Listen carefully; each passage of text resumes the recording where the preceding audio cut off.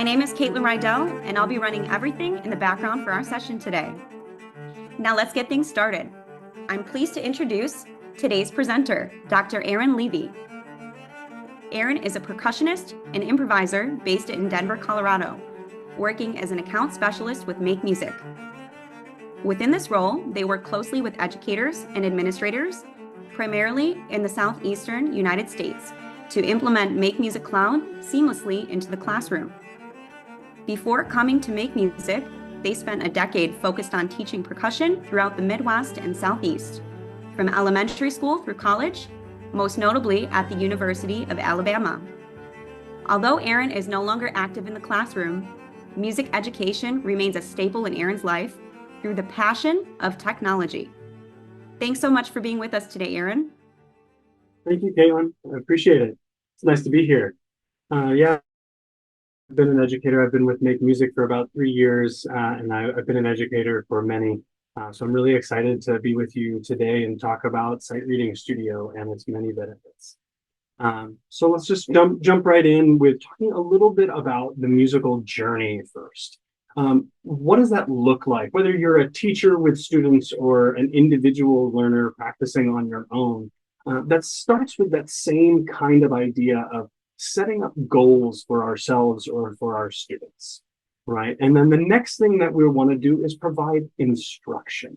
And again, whether you're a teacher providing that instruction to your students or you're an individual practicing on your own, you're going to seek out those resources that show you what that expert instruction and guidance looks like. And then you take those ideas, those goals, and that guidance, and you apply it to create thoughtful and deliberate practice, whether it be at home, in the practice room, or in the classroom. But even with goals, instruction, and practice, there's one more piece of that equation that's missing, and that is that immediate feedback. And with Sight Reading Studio and MakeMusic Cloud, students receive immediate feedback on their practice, whether it's on a computer or a tablet. And this feedback is so helpful, and it helps to empower students on their musical and educational journey. So I want to talk a little bit about a personal story myself. And Caitlin mentioned and shared with you that I'm a percussionist. You might know a percussionist or be a percussionist yourself, have some percussionist students. I don't think it's a secret that we're not great at sight reading. And I think that's okay.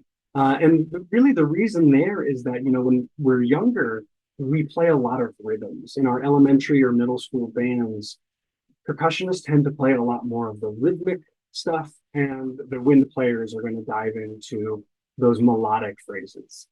So the reality of the situation is, by the time we get to college, we might think we're a really great reader, and then we're faced with some melodic passages that just tell us otherwise. So I started learning really quickly when I was in college how important sight reading was to the development of young musicians. When I was teaching students, sight reading was the most important thing. It was the foundational building block to me. Without sight reading, students were lost. So I prioritize sight reading, and I encouraged students to prioritize sight reading. And when I talk to teachers and ask them, if they've encouraged sight reading, what they notice, we all kind of see the same thing, that it just leads to this increased ability to decode music faster. And, the goal isn't to be better, faster, right? But we do live in this world where we want instant success, right? And I'm not advocating for shortcuts or cheating, but we do feel good when we can work quickly and have fast results that show us how great we're doing. So this is a really, really great thing to use with your students.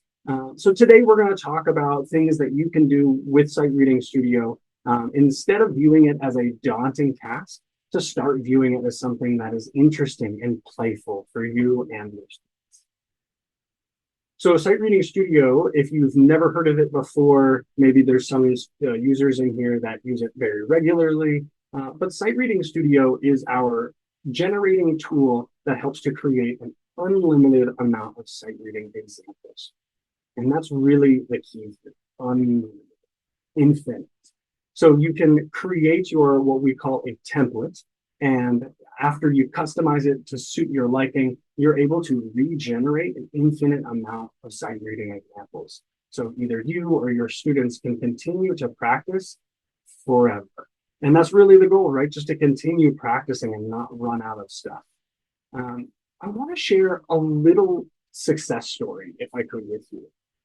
There's a district, I have to remain a little, I can't name them yet, but there's a district of 37,000 students with 48 schools that use a sight reading studio. So a very, very large district. They've been using MakeMusic Cloud for a number of years, and last year they started making a curricular choice to emphasize sight. But even still, only 2 of their teachers really started using the sight reading features within MakeMusic Cloud regularly with their students. Coincidentally, those 2 teachers were the only in their district that saw their students make the district honors ensemble. You know, I talked to their admin, I talked to their teachers, and they saw it as a very clear difference between those who were having success in the honors ensembles and those who weren't. So this year, just a few months ago, 30 of their teachers implemented Sight Reading Studio, and now their students make up 35% of their district honor ensembles. Those numbers don't really lie. It's awesome to see that when we embody sight reading and we start utilizing it and having fun with it, making it more playful, that we engage students and they see the success in just a matter of months. It's December. So they implemented this just 3 or 4 months ago. So how does this work? What does Sight Reading Studio do? What does it look like? What are the different things?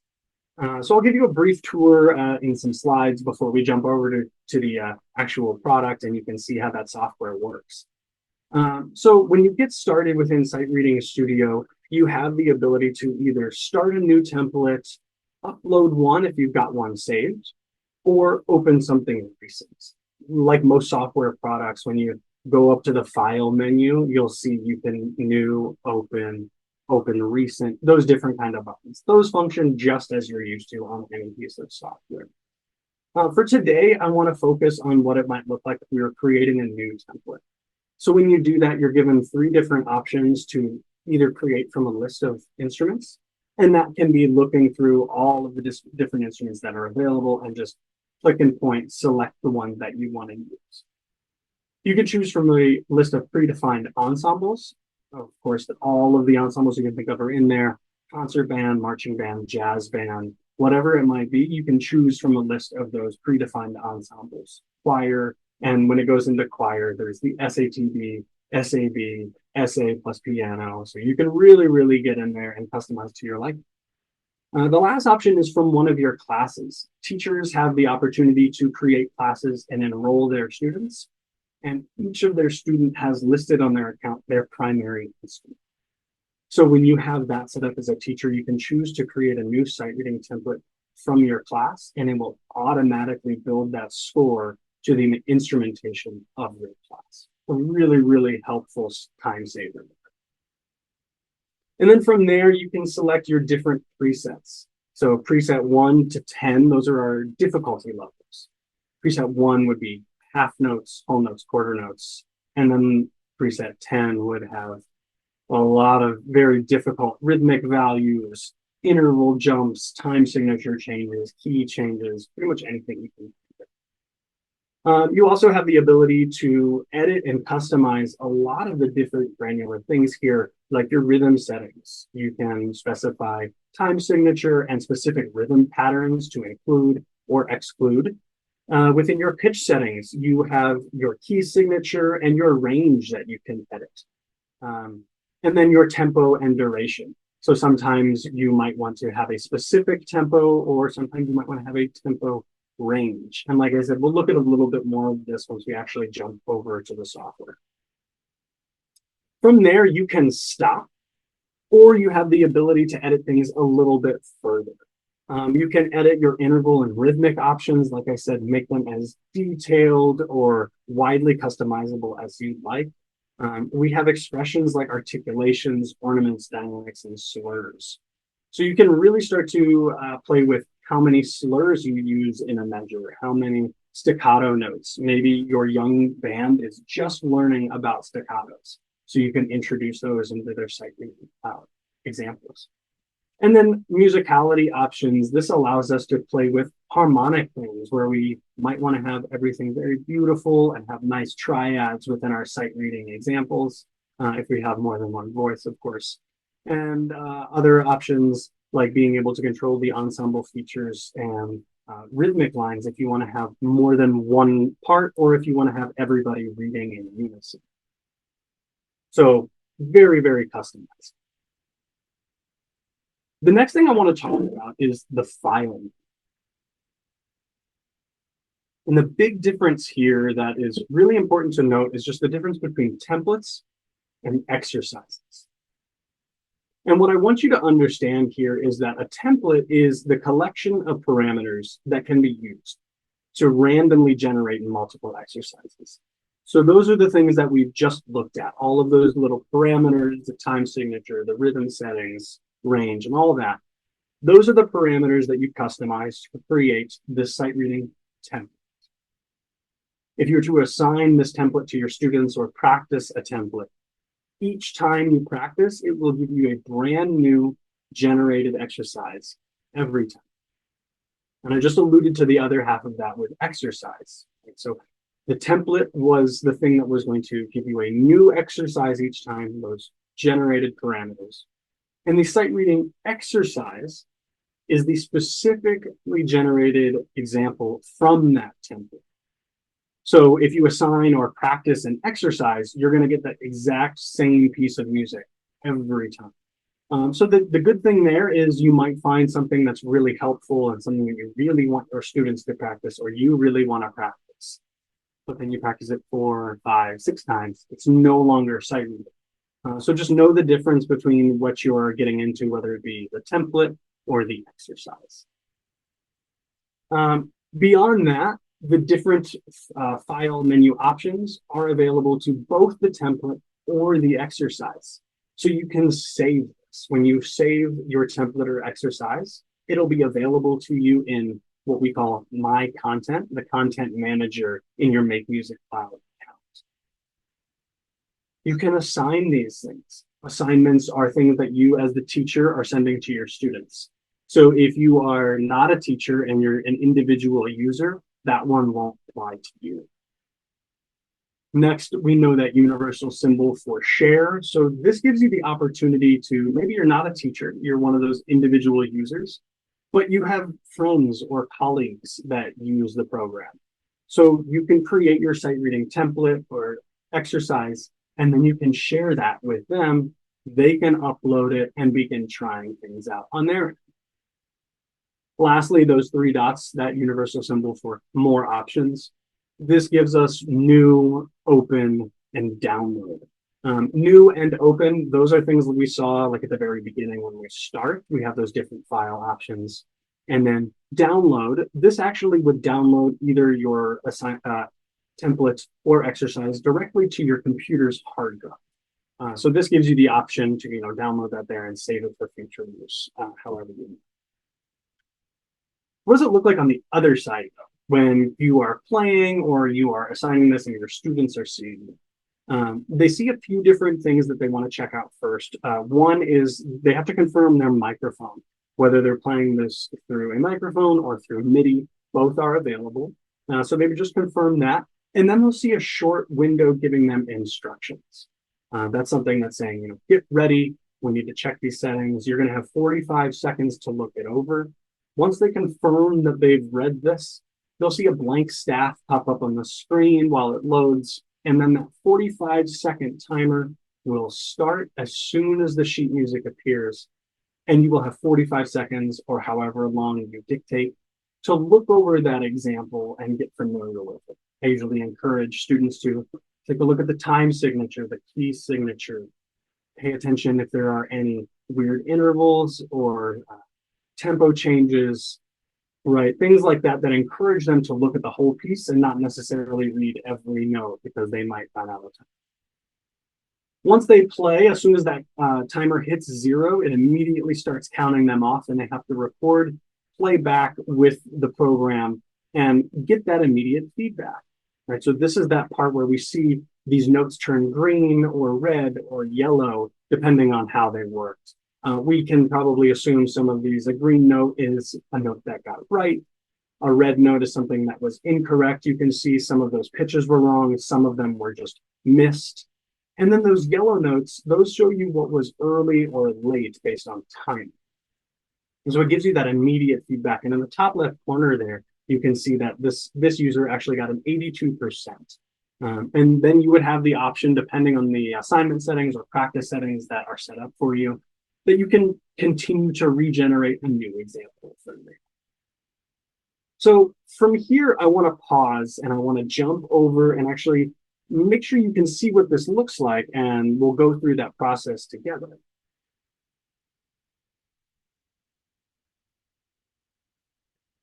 So, I would put myself probably in like the middle school range these days. the video started early. We'll get back to that.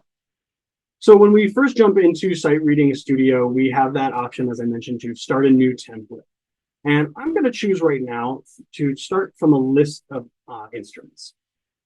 And I encourage you to do this. And this is something that's really great if you're working with ensembles. Obviously, if you're an individual, it might be best to just select your instrument.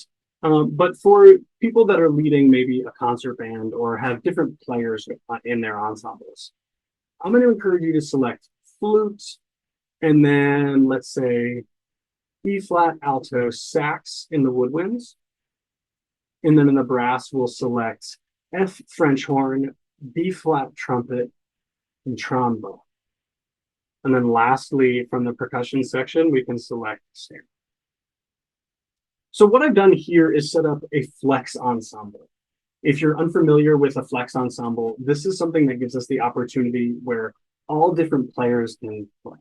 Whether, we might not have an E flat alto sax, maybe we have a B flat clarinet, but, now our B flat clarinet player can read the B flat trumpet line, right? Or maybe we have an E flat clarinet. They could read the alto sax line. So there's a lot of different ways that we can all get involved here and read these different parts. There's treble clef, there's bass clef, and of course also percussion. So moving ahead with the different options, now we'll see these presets, and I'll just show you kind of both ends of the spectrum. Preset 1, as I mentioned, whole notes, half notes, quarter notes. Preset 10 makes a lot of people a little bit scared with how much is going on. There's a lot of difficult rhythms, fivelets, tempo changes, time changes, all sorts of stuff. For right now, we're going to keep it at preset 2 and just keep it easy for us.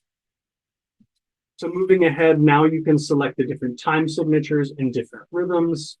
Maybe we have gotten here with our preset 2 rhythms, but our young students are also starting to work on 8th rests. So we can choose to include that. This gives us our different keys within our pitch settings. Currently, only B flat major is available, but maybe in your practicing, you're also playing a piece that is in C major and for a moment actually goes to G major as well. So you can choose to include those. Then you can set up your time, your tempo and duration. You can have it as a large range, or you can set it to be specific. So I'll keep this to just be 4 measures with a tempo between 60 and 100 beats a minute. And from here, as I mentioned, we're done. Or we can continue to customize things further if we'd like. But the really great thing about this is we've set up this quick little template, and now with this generate a new score refresh button, every time we press this, we're going to get a brand new sight reading example that fits those parameters we already created. So again, this is an exercise, whereas what we're continuing to generate it from is the template. Within these different option menus at the top, that's where you can edit things like articulations, if you want to increase staccato notes. And that doesn't mean that there always will be that many staccato notes. That means they could be included. because we've included it as an option. So this one doesn't have it. You can do the same with all of these different options, including ensemble options, where we can start to change the different chords and different examples here. So I'll just take a moment to play what this could sound.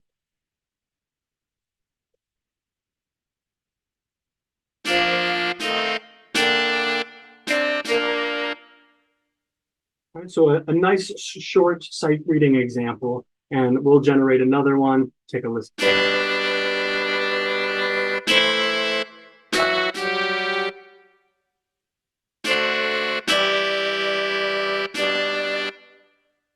This one has a little bit more accidentals, a little bit more difficult, but you can continue generating to find the ones that work for you or assign the template directly to your students.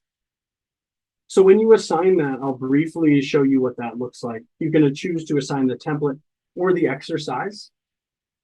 You would name this, and it's important to name it something that you'll remember. Don't leave it as sight reading template custom ensemble 12-12-23, because you're not going to remember what that means in a month from now.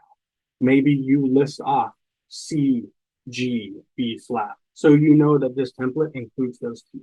Whatever you name it, make it something that's memorable for you. Of course, for right now, that's not what I'm worried about, so I'm going to move ahead and just not stress over what we should call this today.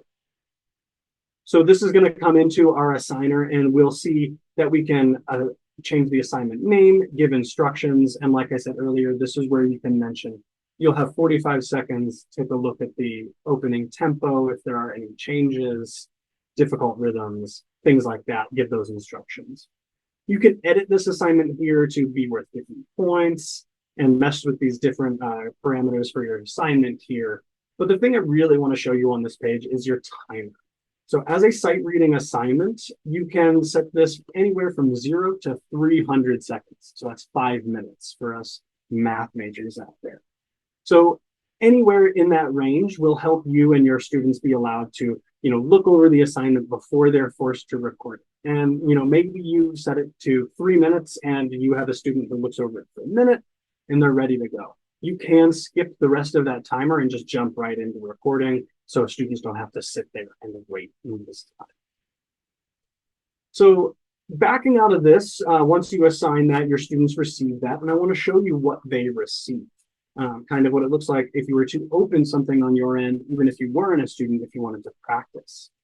So in that content manager, I'm going to open something I created called the Rhythm of the Day, and we'll look at that in a couple of moments. But when I open the Rhythm of the Day, it asks you what instrument you want to play. This one auto opens because there's only one instrument available. But if this was a choir piece with SATB available, you would be able to pick which voice you wanted to play. And here's that screen asking me, are you ready? You're going to have 45 seconds. Count off starts after you're starting. So I'm going to go ahead and say, yep, I'm ready. And in this case, this is a rhythmic example. So I'm going to say I'm percussive, and it's through my microphone. We get a little test. And it'll let us know that we're ready to go ahead and start performing and recording. So once I hit start, it will load, and the generic way is that we hear a triad being played, and it'll give us our starting pitch. Of course, this is a rhythmic example, so that doesn't really apply, but you'll still hear it. But we'll have 45 seconds. I'll skip the timer. Hopefully my percussion skills are still up to par these days.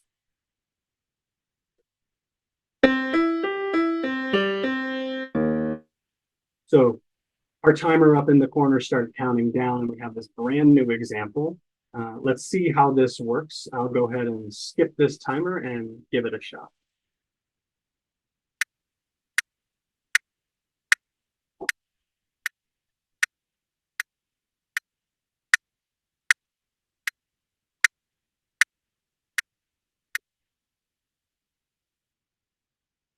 All right. I think I'm okay. I might need to practice a little bit.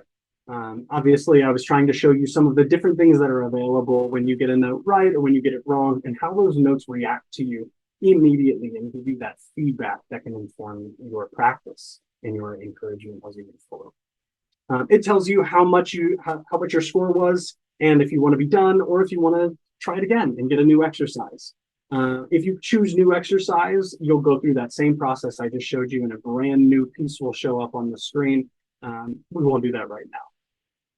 So what I want to show you next is just a short little video, that started before I wanted it to. This is one of our employees here at MakeMusic who actually worked on Sight Reading Studio. And I just want you to take a look and see how he messes with it, how he uses it, and some of his own reactions, even as one of the designers of the product. Is what I would say. I would put myself probably in like the middle school range these days, is what I would say. I ambitiously started with preset 4, and there were some elements to that I thought that I had to kind of tweak a little bit. Yeah, I added, starting from level 4, I added some more key signatures and time signatures because I felt like I could handle those, but I kind of reduced the range of the trombone a little bit. Wasn't feeling great about that. And I got into more specific rhythms. Like I was like, okay, let's add some more 16th notes beyond what the template, the preset allowed.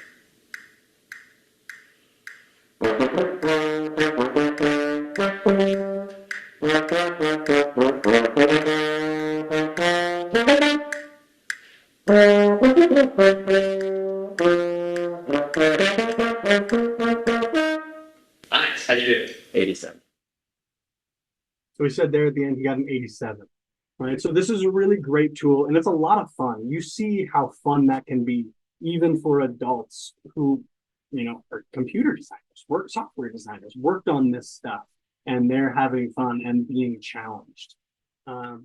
So how can we challenge each other? How can we have fun and encourage this kind of playful environment? And create challenges, quite literally. I showed you my example of what I called the Sight Reading Studio Rhythm of the Day. You can create that. You can create Rhythm of the Week.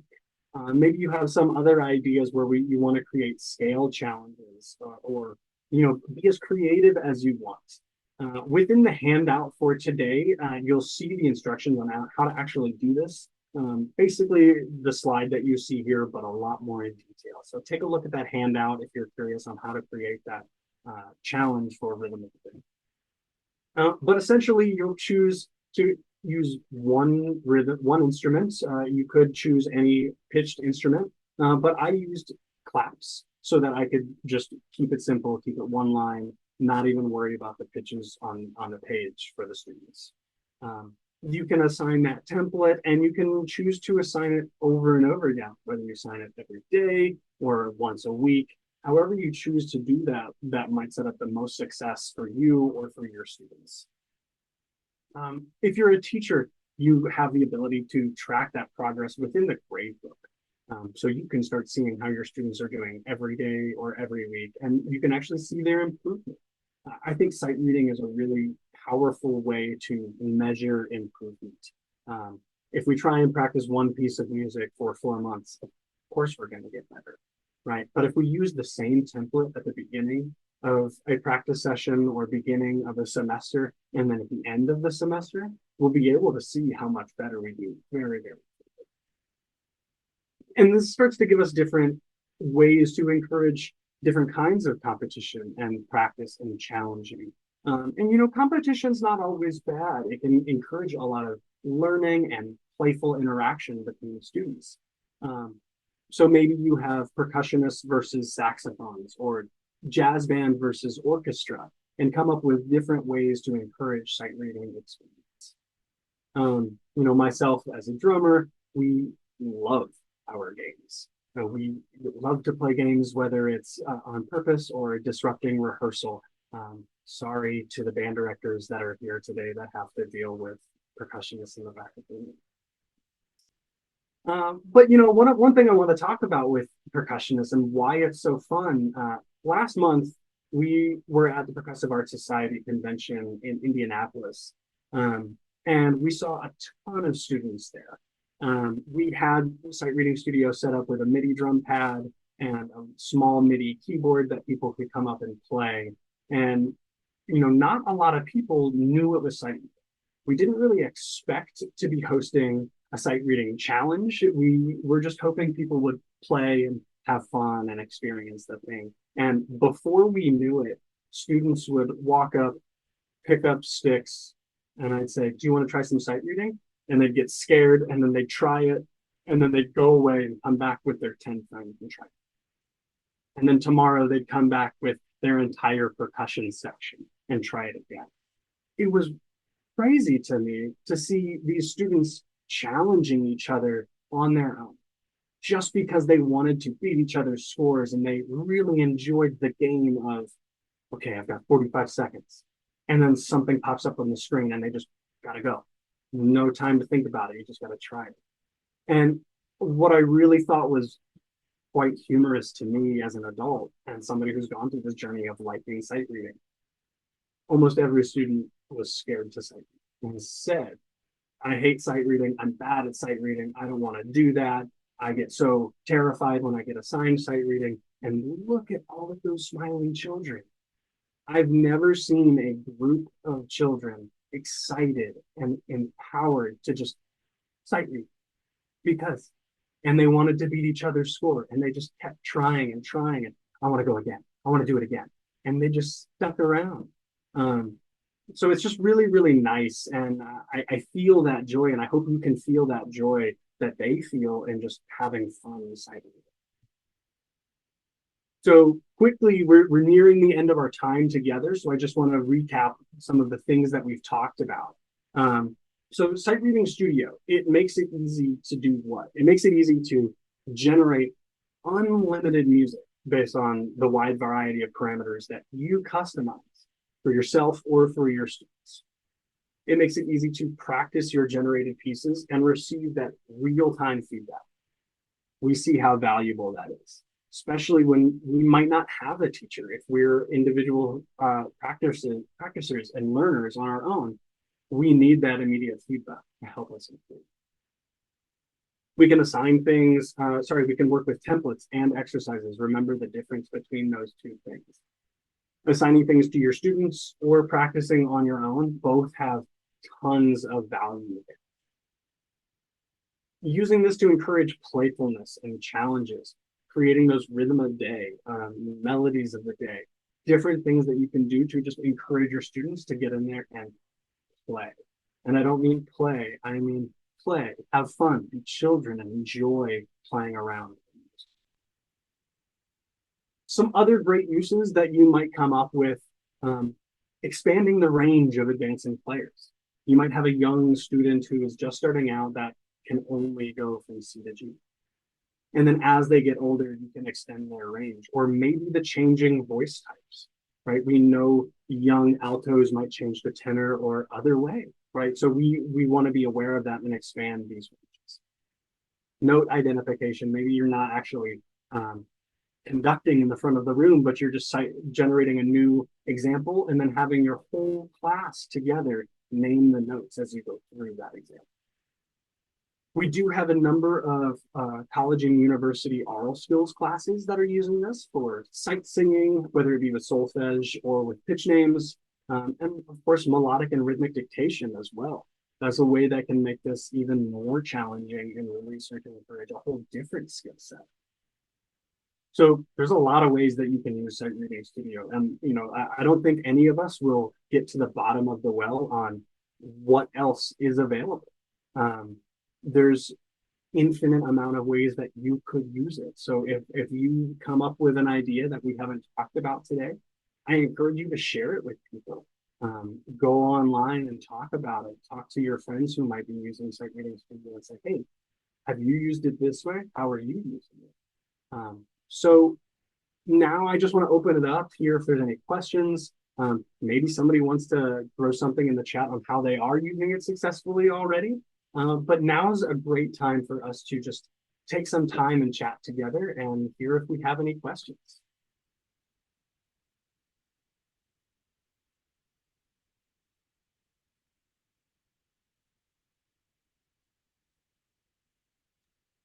Dr. Arin, I noticed that we do have some adults here who are looking to use Sight Reading Studio for their own personal practice, and I was wondering if maybe you can touch on it, how it could benefit their practice as well.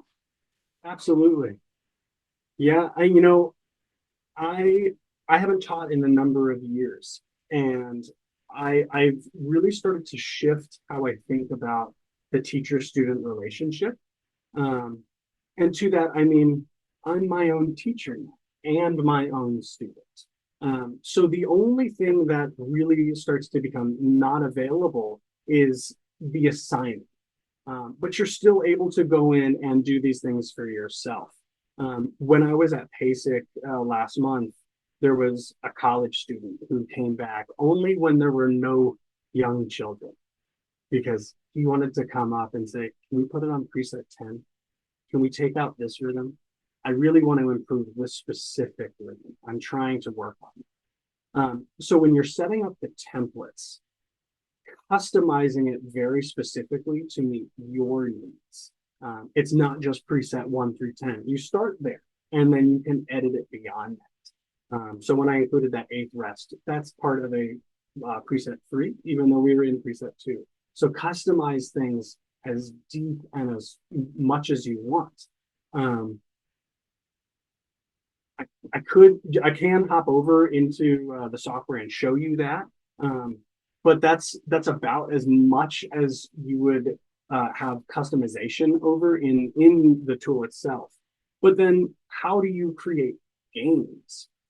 That's a really great thing you can do, and you can still do those by saving those templates to your own account.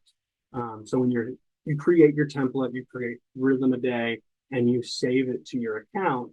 And then when I opened it actually for you just a few minutes ago and opened that rhythm a day, that was from the individual learning perspective. So that wasn't a teacher student, but it looks the same as what a student would see. So there's a lot of similarities here, really. And as I said, really the only difference between individual learners versus teacher student is creating an assignment and tracking the grade. Other than that, you all have the same benefits and ability to create these games and resources for yourself. So within MakeMusic Cloud, once you're on your homepage, up in the top right corner, you'll see a question mark. If you select that question mark, you'll see different options that we have here. Our Help Center, Academy, and then the privacy policy. So if you select that Help Center, that will take you directly to our website where you can see different things for students and performers, educators and administrators, and also just our in general knowledge base. So that's a great place to go for articles, help articles. If you're not sure how to do a certain process, I definitely recommend checking out that Help Center page. One of those other options was the Academy. Our MakeMusic Cloud Academy is a very awesome website that one of our education specialists, Ted Scalzo, has put together. This page has a lot of video resources, whether it's within getting started or features, quick tips. There's a lot of other examples here within the MakeMusic Cloud Academy. These are your video tutorials that help you do different tasks. So check these out if you have specific questions on how to do a certain task or feature, whether it's Sight Reading Studio, there's some great videos in there on this, or other features within MakeMusic Cloud.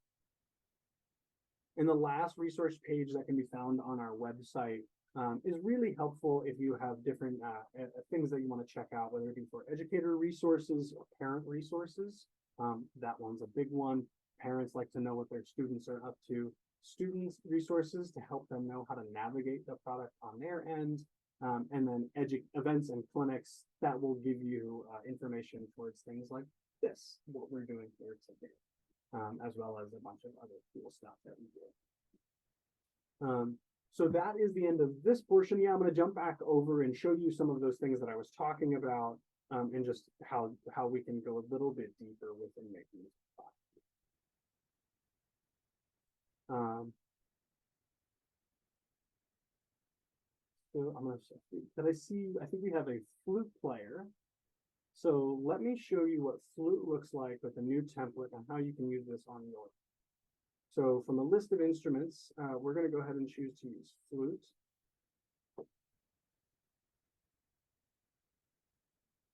It looks like I may have gotten logged out because I've been logged out for too long. Or logged in for too long. Let me just re-log in. So we'll start that new template from a list of instruments, and we'll choose flute. And we'll say, just for right now, preset 4. So here's our preset 4 example. This starts to show us quarter notes and eighth notes, whole notes, half notes, as well as rests. This one's in cut time. So we'll note that for right now with, I'm not assuming this of the flute player in the room. I'm just using an arbitrary idea. So we start looking here, and maybe these rhythms are good, but cut time is not, I'm not quite ready for cut time as a beginner flute player. So I'm going to go ahead and remove cut time from my option. Now I start to see examples that only include 2/4, 3/4, 4/4. I thought I was on a good track by removing that, but now I see triplets, and that scares me. I don't want to use triplets yet. So let me find triplets within these presets.